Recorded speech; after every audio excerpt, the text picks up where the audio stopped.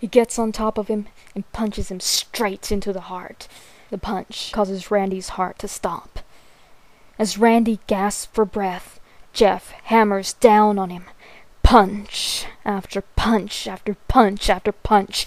Blood gushes from Randy's body until he takes one final breath and dies. Everyone is looking at Jeff now. The parents, the crying kids, even Troy and Keith, although they easily break their gaze and point their guns at Jeff. Jeff sees the guns trained on him and runs for the stairs. As he runs, Troy and Keith let out fire on him, each shot missing.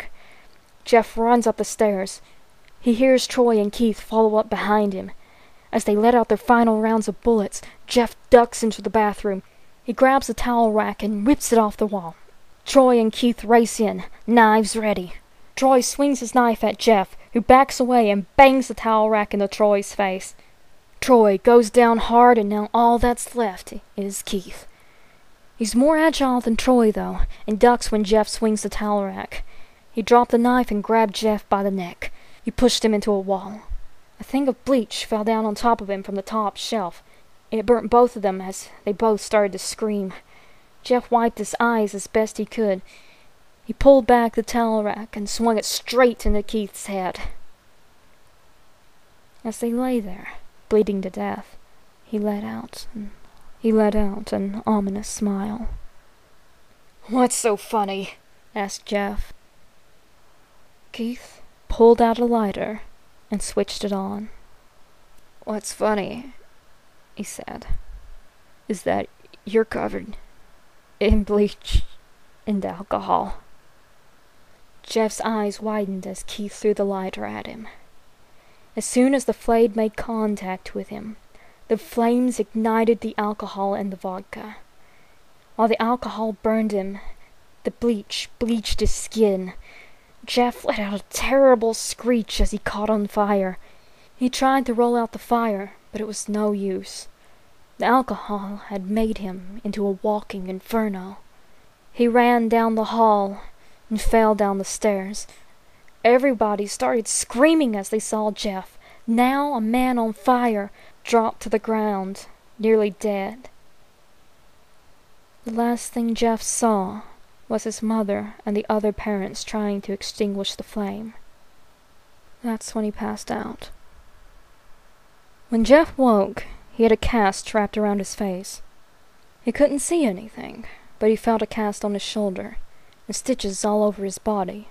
He tried to stand up, but he realized there was some tube in his arm, and when he tried to get up, it fell out, and a nurse rushed in. "I don't think you can get out of bed just yet," she said as she put him back in bed and reinserted the tube.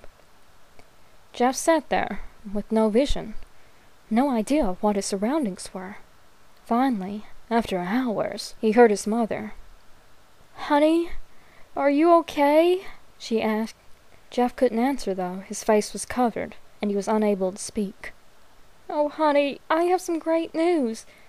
After all the witnesses told the police that Randy confessed of trying to attack you, they decided to let Lou go." This made Jeff almost bolt up, stopping halfway, remembering the tube coming out of his arm. "He'll be out by tomorrow, and then you two will be able to be together again." Jeff's mother hugs Jeff and says her goodbyes. The next couple of weeks were those where Jeff was visited by his family.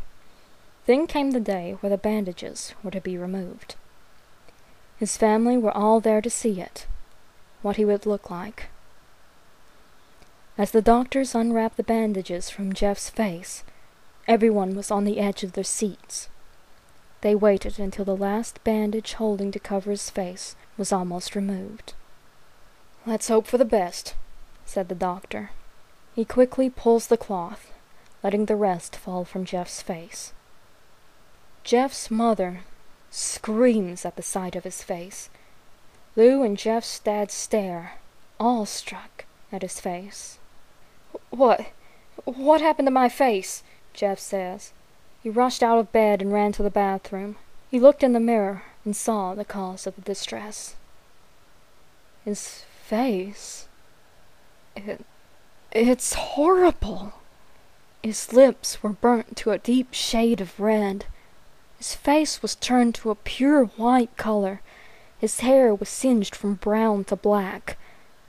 He slowly put a hand to his face. It had sort of a leathery feel to it now. He looked back at his family, and then back to the mirror. "Jeff," said Lou, "it's not that bad." "Not that bad?" said Jeff.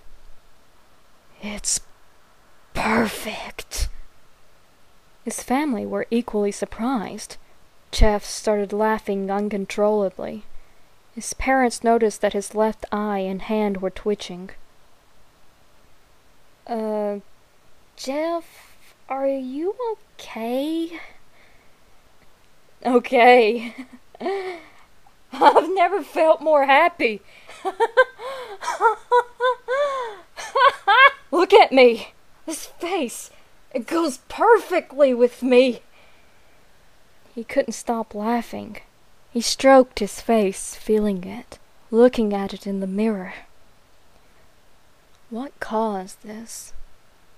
Well, you may recall that when Jeff was fighting Randy, something in his mind, his sanity, snapped.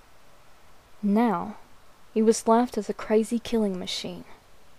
And his parents didn't know. "Doctor," said Jeff's mom, "is my son all right?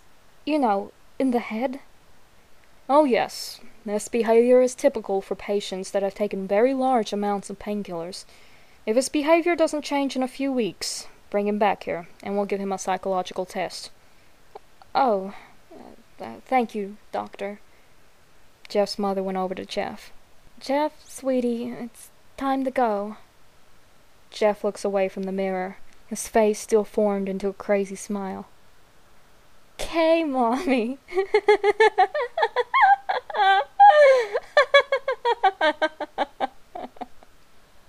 His mother took him by the shoulder and took him to get his clothes.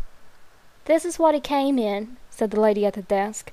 Jeff's mom looked down to see the black dress pants and white hoodie her son wore. They were now clean of blood and now stitched together. Jeff's mother led him to his room and made him put his clothes on.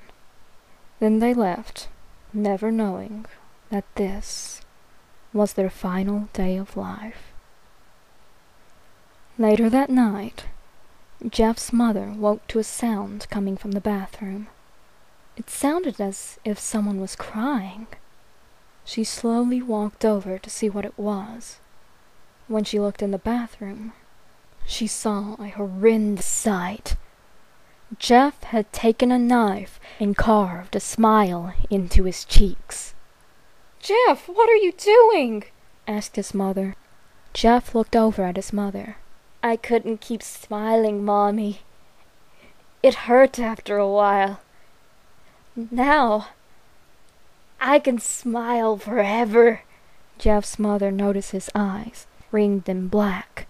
"Jeff, your eyes!" His eyes were seemingly never closing. "I couldn't see my face.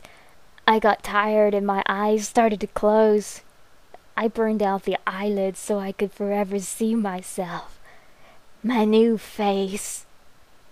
Jeff's mother slowly started to back away, seeing that her son was going insane. "What's wrong, Mommy? Aren't I beautiful?" "Yes, son," she said. "Yes, you are. Let me go get Daddy so he can see your face." She ran into the room and shook Jeff's dad awake from his sleep. "Honey, get the gun, She stopped as she saw Jeff in the doorway, holding a knife. "Mommy, you lied." That's the last thing they hear, as Jeff rushes them with a knife, gutting them both. His brother Lou woke up, startled by some noise. He didn't hear anything else, so he just shut his eyes and tried to go back to sleep. As he was on the border of slumber, he got the strangest feeling that someone was watching him. He looked up. Before Jeff's hand covered his mouth, he slowly raised the knife, ready to plunge it into Lou. Lou thrashed here and there, trying to escape Jeff's grip. "Shh," Jeff said. "Just go to